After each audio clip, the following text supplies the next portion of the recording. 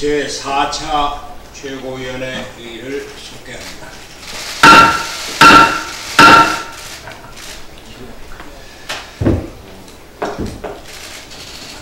어제 국회의장을 통해서 청와대로부터 남북정상회담에 5당 대표가 같이 참여하자는 제안이 왔습니다. 이와 관련해서 남북관계에 대한 저의 입장을 말씀드리고자 합니다. 저는 문재인 정부의 비핵화, 평화정책을 적극 지지합니다. 남북관계는 이제 냉전적인 대결 체제를 극복하고 평화체제를 지향해야 합니다. 남북관계의 진전을 위해서는 여야가 함께 힘을 모으고 정부를 도와야 합니다. 다만 조급해서는 안 됩니다. 1991년 남북기본합의서와 남북한 동시유엔가입, 한반도 비핵화 선언이 이루어진 지 30여 년이 지난 그동안 남북관계는 숱한 우여곡절을 거치며 부침을 접해왔습니다. 4.27 남북정상회담과 6.12 북미 정상회담으로 많은 변화가 있었고 한반도 평화체제에 큰 희망이 열리고 있습니다. 그러나 비핵화는 아직 뚜렷한 전망이 없고 국제적인 대북제재는 남북교류협력을 막고 있습니다. 작년 이맘때를 생각하면 한반도는 언제 전쟁이 일어날지 모르는 일촉즉발의 위기 상황이었습니다. 커다란 변화 앞에서 더 큰 인내심을 갖고 기다려야 합니다. 김정은 위원장의 비핵화 의지는 그것이 구체적으로 현실화될 때까지 설득하며 기다려야 합니다. 미국의 불안도 잠재울 수 있는 방안을 강구해야 합니다. 우리가 성급하게 나가서 미국을 불안하게 하면 될 일도 안 됩니다. 북한의 비핵화는 북한 자신의 생존을 위해서도 필요하고 김정은의 가장 절실한 목표인 경제 발전을 위해서도 가야 할 일입니다. 북한도 이를 잘 알 것입니다. 이를 위해 북한에게도 필요한 과정이 있을 것입니다. 북한이 변한 모습으로 나올 때를 기다릴 줄 알아야 합니다. 우리가 조급증에 걸려 성급하게 성과를 내려 하면 될 일도 안 됩니다. 남북회담의 성공적인 개최를 위해 국회의장을 비롯해서 정당 대표를 참여시켜 거국적인 차원에서 지지를 획득하려는 문재인 정부의 뜻은 충분히 이해합니다. 그러나 남북 외교에서 우리의 채통을 지켜야 합니다. 당 대표들이 지금 나서봤자 들러리밖에 안 됩니다. 보여주기에 급급해서는 안 됩니다. 판문점 선언 국회 비준 동의도 그렇습니다. 4.27 남북선언은 남북관계 발전에 커다란 획을 그은 것으로 잘 알고 환영합니다.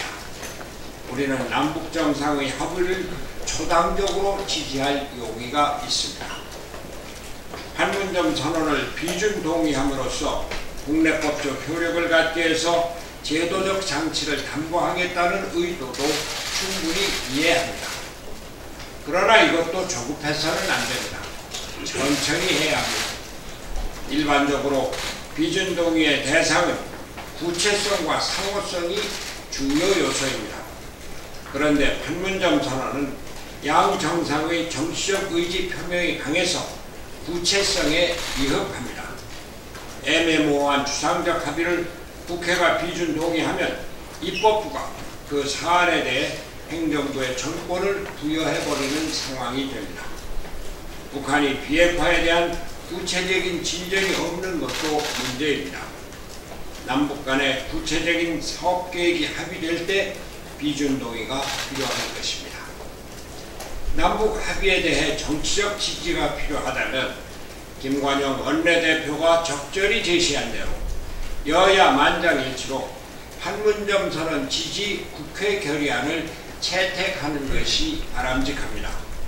비준 동의는 추후 비핵화가 진전되고 이후 남북정상에서 추가 합의가 도출되고 구체적인 남북 양측의 의무와 이행사항들이 포함되면 그때 4.27 판문점 선언과 함께 종합해서 비준 동의하는 게 바람직합니다. 이것이 또한 미국이 오랫동안 우려하고 있는 남북 공조에 대한 오해를 불식시키고 한미 공조를 강화할 수 있는 길이기도 합니다. 다시 한번 문재인 대통령과 정부에 촉구합니다. 한반도 평화와 비핵화에 대해 믿음과 의지를 갖고 나서십시오. 그러나 조급하지 말고 특히 보여주기에 급급하지 말아주십시오. 북한이 결국 비핵화를 통한 평화체제 건설에 나설 수밖에 없다는 믿음을 갖고 여유를 갖고 임해주기 바랍니다. 감사합니다.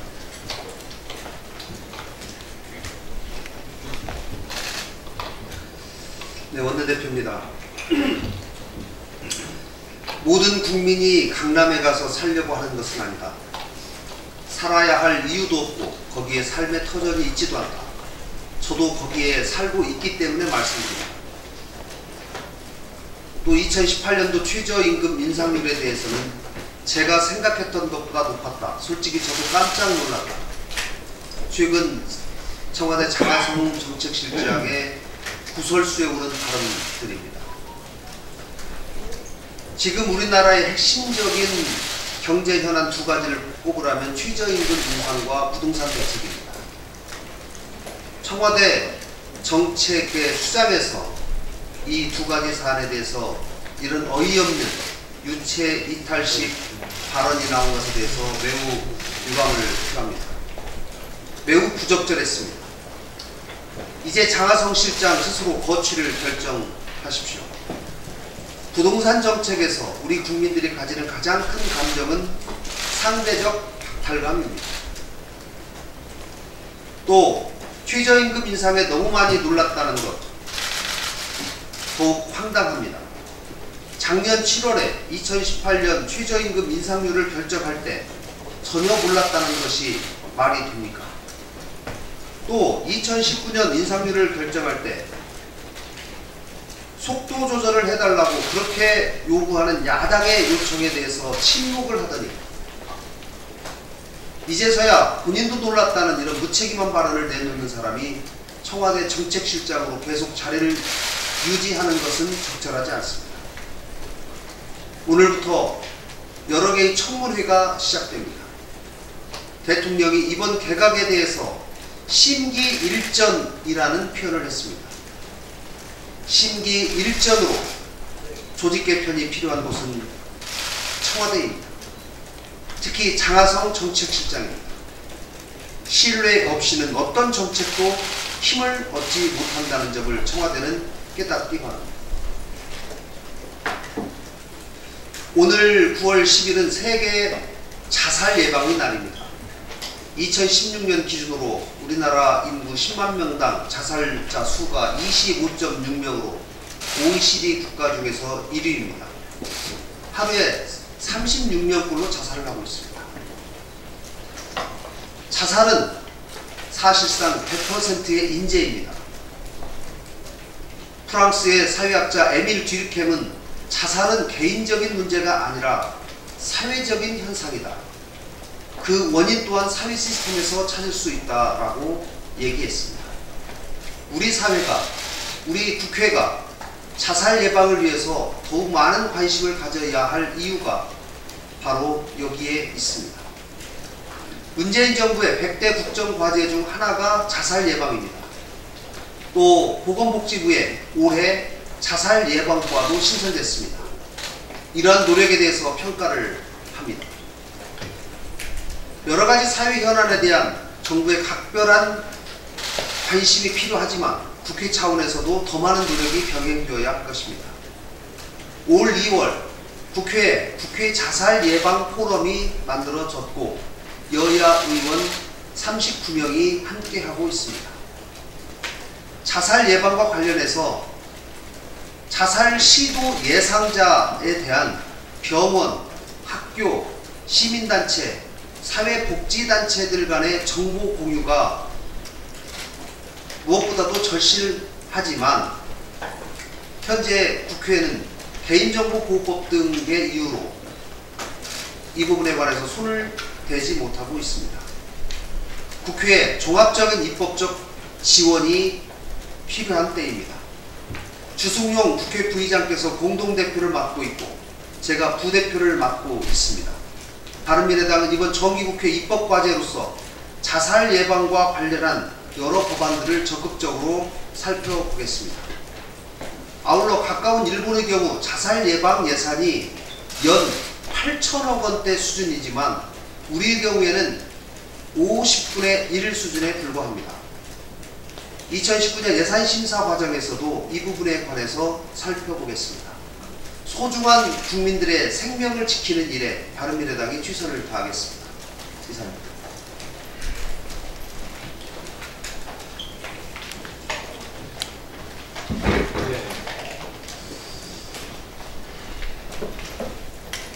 먼저 상도유치원 철거 관련해서 한 말씀 드리겠습니다.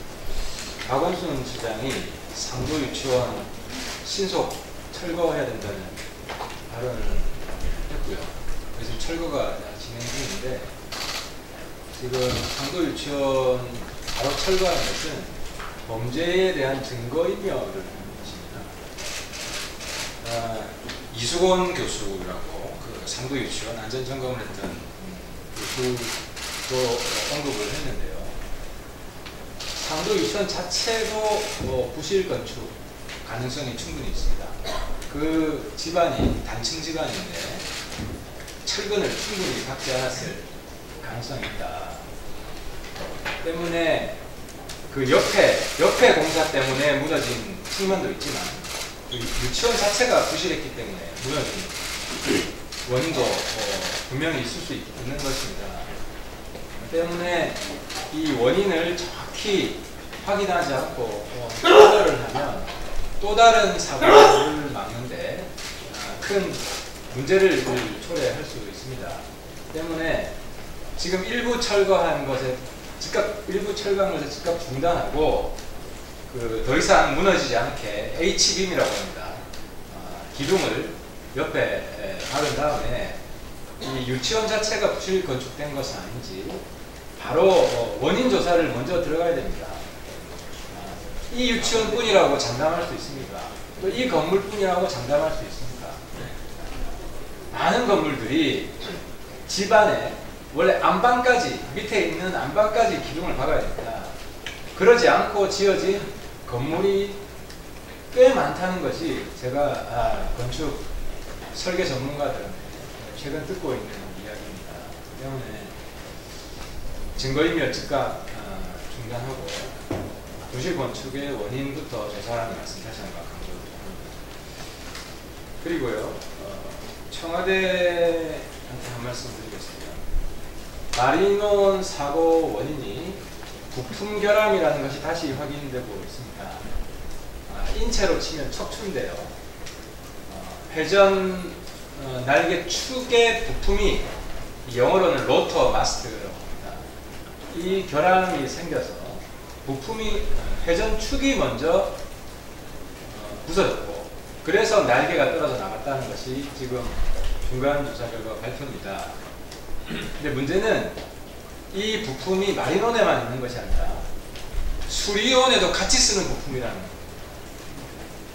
근데 7월 18일 지난 7월 18일 이 사고가 난 직후에 청와대에서 수리온은 세계 최고의 성능을 가진 핵이다 라고 청와대 대변인이 발표를 했습니다. 그 말은 마리논 전신이 수리온이기 때문에 마리논에도 기체 결함이 있는 것이 아니라 조종 미숙이거나 조종 실수로 인해서 사고가 났다 해서 유족들이 그래서 발칵 뒤집어지는 겁니다. 헬기 자체에 기체 결함이 가능성이 높은데 이걸 병사 책임으로 돌리느냐. 그리고 난 뒤에 청와대에서는 이 마리논 유족들에게 사과 한마디 없고 지금까지 청와대는 다 알고 있습니다.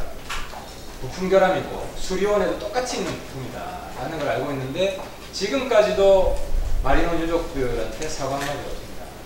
그래서 마리논 유족들이 청와대에서 보내주는 추석 선물까지도 못 받겠다고 하는 겁니다. 자기 자신들을 죄인 취급한 청와대가 사과 한마디도 안 하는데 어떻게 그 청와대에서 보내준 추석 선물을 받을 수 있냐. 이 상황인데도 청와대는 또 거짓말로 받기로 했다라고 지금 거짓말하면서 선물을 보내겠다고 합니다. 청와대는 두 가지를 해야 됩니다. 이 부품 결함으로 밝혀진 이상 마리논 유족들을 모독한 데 대해서, 그리고 그 순직자들을 모독한 데 대해서 사과를 해야 되고요. 두 번째는 수리온도 전수조사가 끝날 때까지는 가동 중단해야 됩니다. 마리논한테 쓰인 부품이 수리온한테도 똑같이 쓰였습니다. 그래서 마리논뿐만 아니라 수리온도 다 지금 리콜 해야 된다는 말씀을 드립니다. 한 가지 더 있는데 조금 이따가 자료가 하나 오면 네, 그런데 이준석 최고. 예, 사실 제가 계속 이제 지도부에 들어온 뒤로 그 대한민국 갈등 요소 중에서 그 남녀 갈등에 대해 가지고 이야기하고 있었는데, 마침 지난주 말에 남녀 갈등까지는 아니지만은 그래도 상당한 인터넷상에서 관심받던 사건이 결국에는 한 가장의 성추행 사건이었습니다. 당연히 전 재판부에서 저희보다 많은 어떤 검토와 자료를 가지고 판단했기 때문에 판결에 대해서 의심하지 않았습니다. 하지만은 이미 20만 명이 넘는 그런 국민들이 이에 대해 가지고 청원을 했고, 제 생각은 앞으로 이 부분에 대해서 좀 더 명확한 양형 기준, 왜냐하면 지금까지 있었던 다른 유사한 사건들과 비교해 봤을 때 형량이 과한 것이 아니냐 이런 이야기도 제기되고 있고, 또 무엇보다도 최근에 계속 이제 그 성폭력 범죄에 대해서 증거주의보다는 이제 피해자의 일관된 진술이라든지 여러 다른 형태의 판결이 나오는 것을 놓고 사회 혼란이 가중되고 있습니다. 그렇기 때문에 저는 사실 성폭력 범죄는 피해자 입장에서 생각해서 엄중 체벌되는 것이 맞다고 보고, 하지만 반대로 우리가 성폭력범이라는 낙인은 누구에게 씌울 때는 굉장히 신중해야 된다. 왜냐하면 그 벌금이나 아니면 형량의 적고 많은과 관계없이 성범죄자라는 그런 타이틀은 한 개인이 살아가면서 겪어야 될 그런 감내해야 될 그런 본인이 책임져야 될 부분이 많기 때문에 그에 있어서 좀 더 신중한 자세를 보였으면 좋겠다 생각을 하게 되고요. 당장 그에 대한 반대급부로 이제 사법부 판사에 대한 신상털이나 이런 문화 같은 것들도 제 생각에는 동시에 상당히 위험하다 이렇게 말씀드리고 싶습니다. 앞으로 이런 성범죄에 대한 사회적 갈등, 그리고 남녀 간의 갈등, 이런 문제에 대해서 명확하게 우리 바른미래당이 대처할 수 있도록 다시 한번 제 생각에는 특별 기구를 설치해서 이런 문제에 대해서 고민하는 것이 중요하다고 생각합니다. 네. 오늘 이쪽에. 네. 통계청에서 얼마 전에 맞벌이 자영업자 가구 소득 통계를 냈습니다. 예, 근데 이걸 가지고 언론에서 기사화를 했는데요. 제목이 자영업자 소득 늘고 폐업 줄었다. 최저임금 인상으로 폐업 증가는 헛말이라는 이 제목을 보고 자영업자들이 울분을 토하고 있습니다. 지금 요지는 첫째는 맞벌이 자영업자 가구 소득이 전년에 비해서 4% 늘었다인데요. 이 4% 늘었는데 문재인 정부하에서 급격한 최저임금 상승으로 자영업자 폐업률이 늘어나는 것처럼 왜곡하고 있다. 이런 식으로 이제 얘기를 했는데, 첫째, 통계청은 맞벌이 자영업자 가구 통계를 언제부터 내왔습니까? 저는 처음 봅니다. 자랑할 수 있는 수치를 찾으려고 이것저것 넣고 빼고 하다가 보니까 맞벌이 자영업자 가구라는 거 나온 거 아닙니까? 부부 자영업자 가구가 수익이 늘었다는 것은 직원 잘라내고 부부가 직접 한다는 것입니다. 그리고 인건비를 줄였다는 거죠. 알바 내보내고 부부가 하루에 12시간씩 일합니다. 그리고 두 번째는 2016년 대비 2017년 자영업 폐업자 수도 줄었다고 주장하는 통계를 내놓고 있는데요.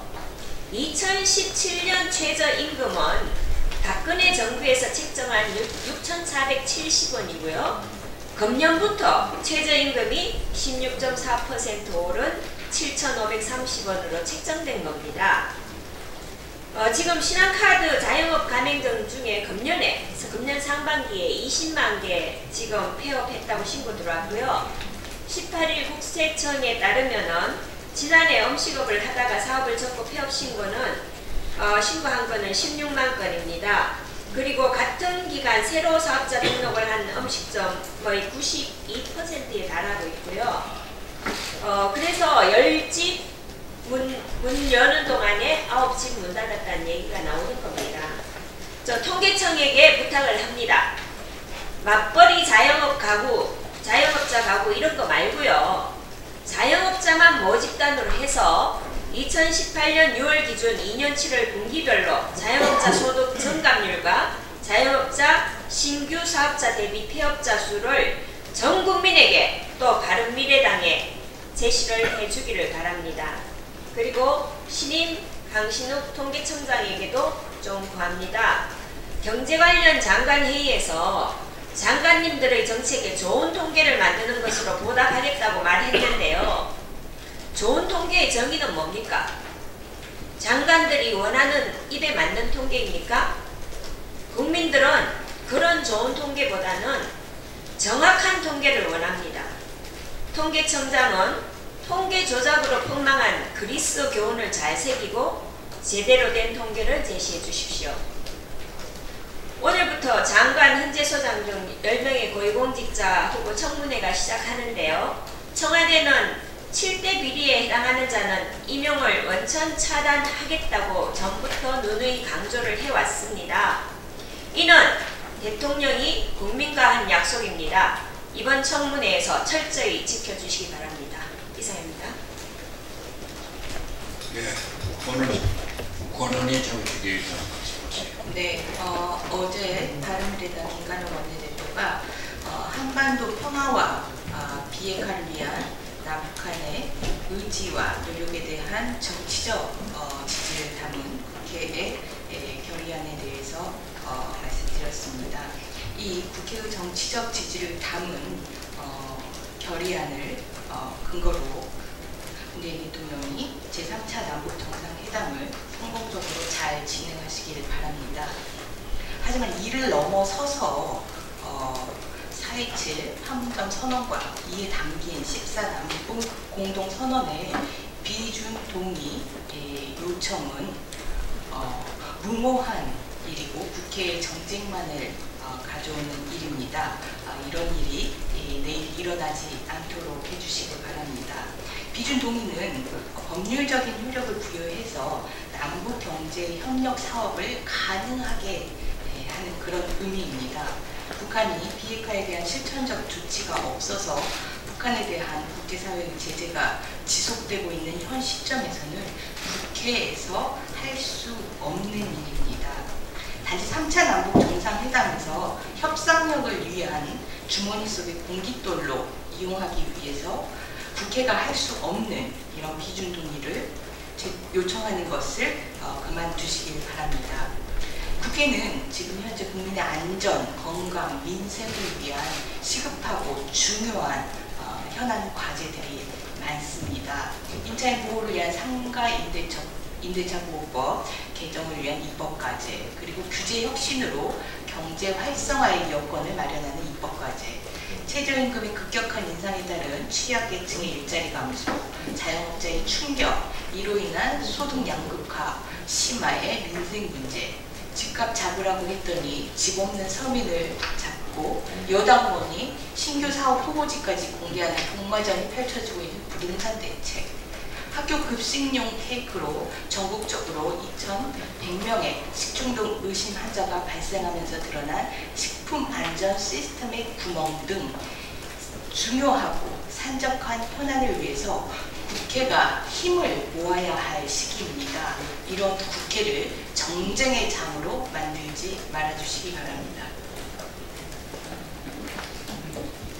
다른 분 더 말씀하시고. 네, 제가 자료가 와가지고 하나만 더 말씀드리죠. 병역 비리 관련된 병역 부정에 대한 건데요.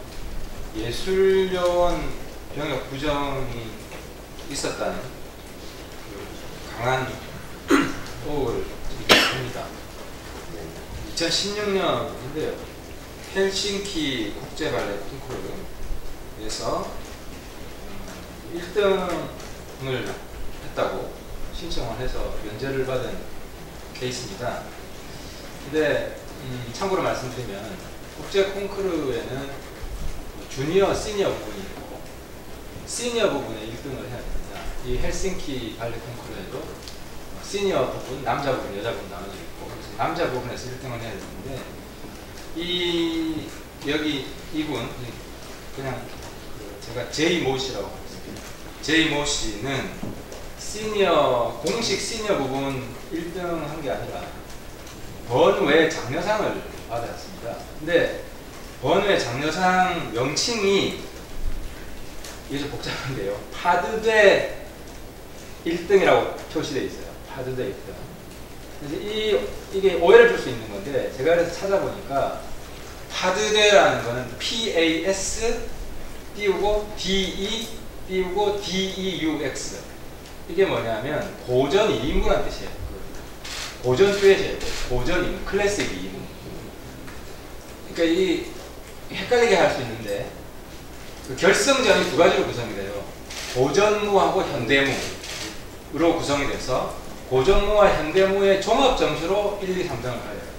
그래서 이분은 제이 모 씨는 종합 점수에서는 순위에 들어가지 못했고 나중에 대회가 끝나고 일주일 뒤에 고전무에서는 잘했다 해서 이제 고전무 1등상을 주는 거예요. 그러니까 여기는 고전무만 따로 분야가 돼서 1, 2, 3등 있는 게 아니라 끝나고 그 부분이 잘했는데 아까워서 이제 장려상을 준다는 차원에서 준 건데 그래서 이게 공식 1등을 나중에 발표한 것이 아니냐 이렇게 생각할 수 있어서 다시 재확인을 해보니까 1등상은 상금이 8,000유로고 장려상은 1,000유로인데 이제 여기 있듯이 이제 1,000유로 상금을 받았어요. 여기 1,000유로 상금을 받았고 그리고 또 한 가지 또 허위 기재한 게 있는데요. 입상일이 6월 2일, 이 대회가 6월 2일 끝납니다. 6월 2일 시상을 했어요. 그래서 이 제이 모 씨는 6월 2일 날 수상 발표가 된 것이 아니라 6월 9일 날 따로 보도자료를 내가지고 헬싱키 국제대회에서 발표가 됐습니다. 근데 이 추천 원서에는 6월 2일 수상했다고 마치 공식 대회에서 수상한 것처럼. 공식 대회는 이 공식 대회 수상한 그 6월 2일 날 발표하는 건데 이름이 없어요. 근데 여기 보면 1등상이 없어요. 이 국제대회가요 1등상이 없기도 합니다. 아주 뛰어난 사람이 없습니다. 그래서 아마도 1등상이 없고 이 친구가 나중에 제이 모 씨가 일주일 뒤에 그 고전무 부분 1등을 했다. 나중에 상을 받아서 혼돈의 소지가 있긴 하나 어쨌든 시니어 부분 종합 1등, 공식 1등은 아니라는 거예요. 그래서 여기 수상 날짜가 다르고 또 공식 그 헬싱키 대회에서 발표한 수상 날짜도 6월 2일 대회가 끝난 시점이 아니라 이 일주일 지난 시점이다.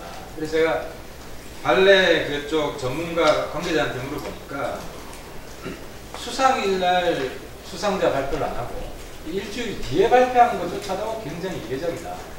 이런 경우가 거의 없다고 하고 또 이 상을 발표한 내용으로 볼 때 이건 공식 1등이 아니다. 상금 액수로 볼 때도 공식 1등이 아니다 하는 것입니다. 그래서 이 부분은 누가 실수한 건지 이게 이제 관심사인데, 당사자는 어쨌든 뭐 1등 사항이라고 하니까 한번 신청해보자 이렇게 해서 신청 선의로 받은다면 신청 밑져봐야 본전인데 뭐 이런 마음이 있을 수도 있을 것 같고, 근데 이제 한국무용협회가 이 군 면제를 받게 해주는 대리 이 확인서를 발급하는데, 한국무용협회가 이게 정식 종목 1등인지 확인하지 않고 1등 입상 확인서를 내준 것, 저는 문제가 있고요. 또 병무청과 문체부가 이거를 일부러 안 한 건지 실수한 건지 한 부분은 뭐 우리가 모르지 않습니까? 그래서 이건 수사를 할 필요가 있다. 그래서 정부 측에서 빨리 해명할 것을 요구하고요. 또 한국무용협회와 이 당사자도 빨리 해명할 것을 이 자리에서 촉구를 합니다.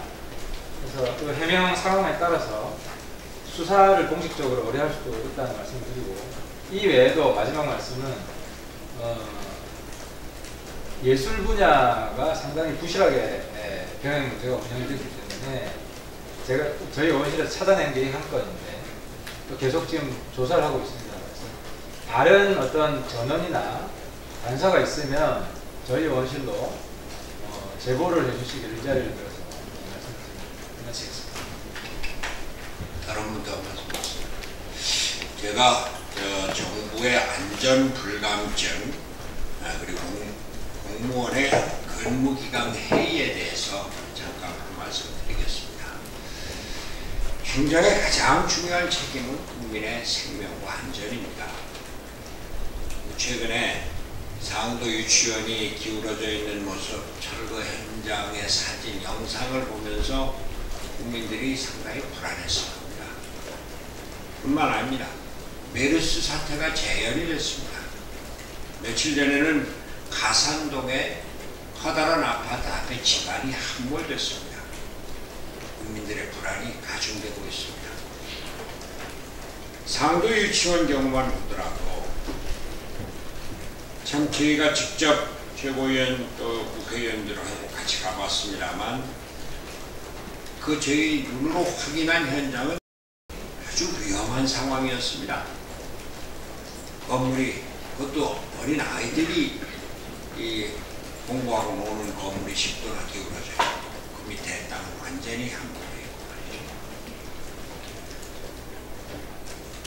그런데 이게 그냥 단순한 함몰 사고가 아니라 인재라고 하는 겁니다. 사고 발생 5개월 전에 3월에 이미 보고가 됐었고, 또 최근에는 5일날, 그러니까 사고 전날 5일날 유치원이 건물이 기울어짐 등이 발생을 해서 긴급 상황을 구청 건축과에 당피 알렸습니다. 그런데 구청은 문서로 된 현장 점검 등의 요청을 묵살한 채로 시공자들에게 현장을 확인하라 이런 공문만 보냈다고 합니다. 4일 날에는 건물 내부에 균열이 생겨서 유치원이 긴급대책회의를 소집했는데 구청 담당자는 다른 일정이 잡혀있다고 하면서 불참했습니다. 그리고 집안이 함몰되고 건물이 기울어진 겁니다. 메르스 상황도 마찬가지입니다. 확진 환자가 공항 검역을 그대로 통과하고 2시간 30분가량 이동을 해서 밀접 접촉자가 21명이나 일상 접촉자가 440명이나 발생을 했습니다. 우리가 2015년에 겪었었던 메르스 사태 정부에서 잊어버리고 있는지 모르겠습니다. 며칠 전에 다녀온 가산동도 마찬가지입니다. 아파트 주민들이 아파트 앞에 주차장에 균열이 생겨서 구청에다가 안전점검을 요청하는 민원을 제기했는데 그 민원 서류가 일주일 후에나 건설과에 도착을 했고 그 무너지기 전까지 구청은 아무런 조치를 취하지 않았습니다. 도무지 행정부와 지방자치단체가 어떻게 이렇게 주민들의 안전을 소홀히 생각하는지, 안전 불감증 대단히 심각한 문제입니다. 그런데 그 내용을 들어가면 공무원들의 근무 기간이 해이해진 상태, 이것이 더욱더 심각한 겁니다. 이 문재인 정부가 국민들의 안전, 국민들의 실생활, 서민 경제에 대해서 제대로 관심을 갖지 않고 이데올로기 지향적인 정책과 이데올로기 지향적인 정치만을 하니까 국민들의 실생활은 이렇게 소홀히 하는 것이고, 일선 공무원들은 그렇게 근무 상태가 해이해지는 겁니다. 다시 문재인 정부에게 촉구합니다. 국민들의 실생활, 국민들의 안전이 정치와 행정의 최고 목표인 점을 분명히 인식을 하고 앞으로 이런 일이 없도록 해주기 바랍니다. 자, 다른 말씀이 없습니다. 한 가지 말씀을 드리겠습니다. 저희가 조금 아까 최고위원회에서 결의를 했는데, 법률위원장의 임호영 변호사, 중앙지법부장 판사를 지내고 사법연수원 교수를 지내고 지금 안양 만안구의 위원장으로 있습니다. 법률적인 지식이 아주 훌륭하고 또 인격이 훌륭한 분으로 법조계에 합니다. 아울러 대변인의 김사화 수석 대변인 밑에 대변인의 임종철 대변인, 이종철 대변인 계속 일을 하도록 부탁을 했고, 수석 부대변인으로 있던 김정화 강남 을위원장이 그렇게 임명을 했음을 알려드립니다. 정책이 있어. 정책위원회 수석 부의장에는 신용현 의원을 임명을 했습니다.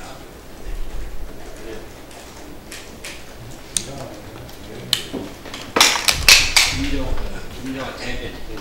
자, 그럼 회의를 비공개로 전환하겠습니다.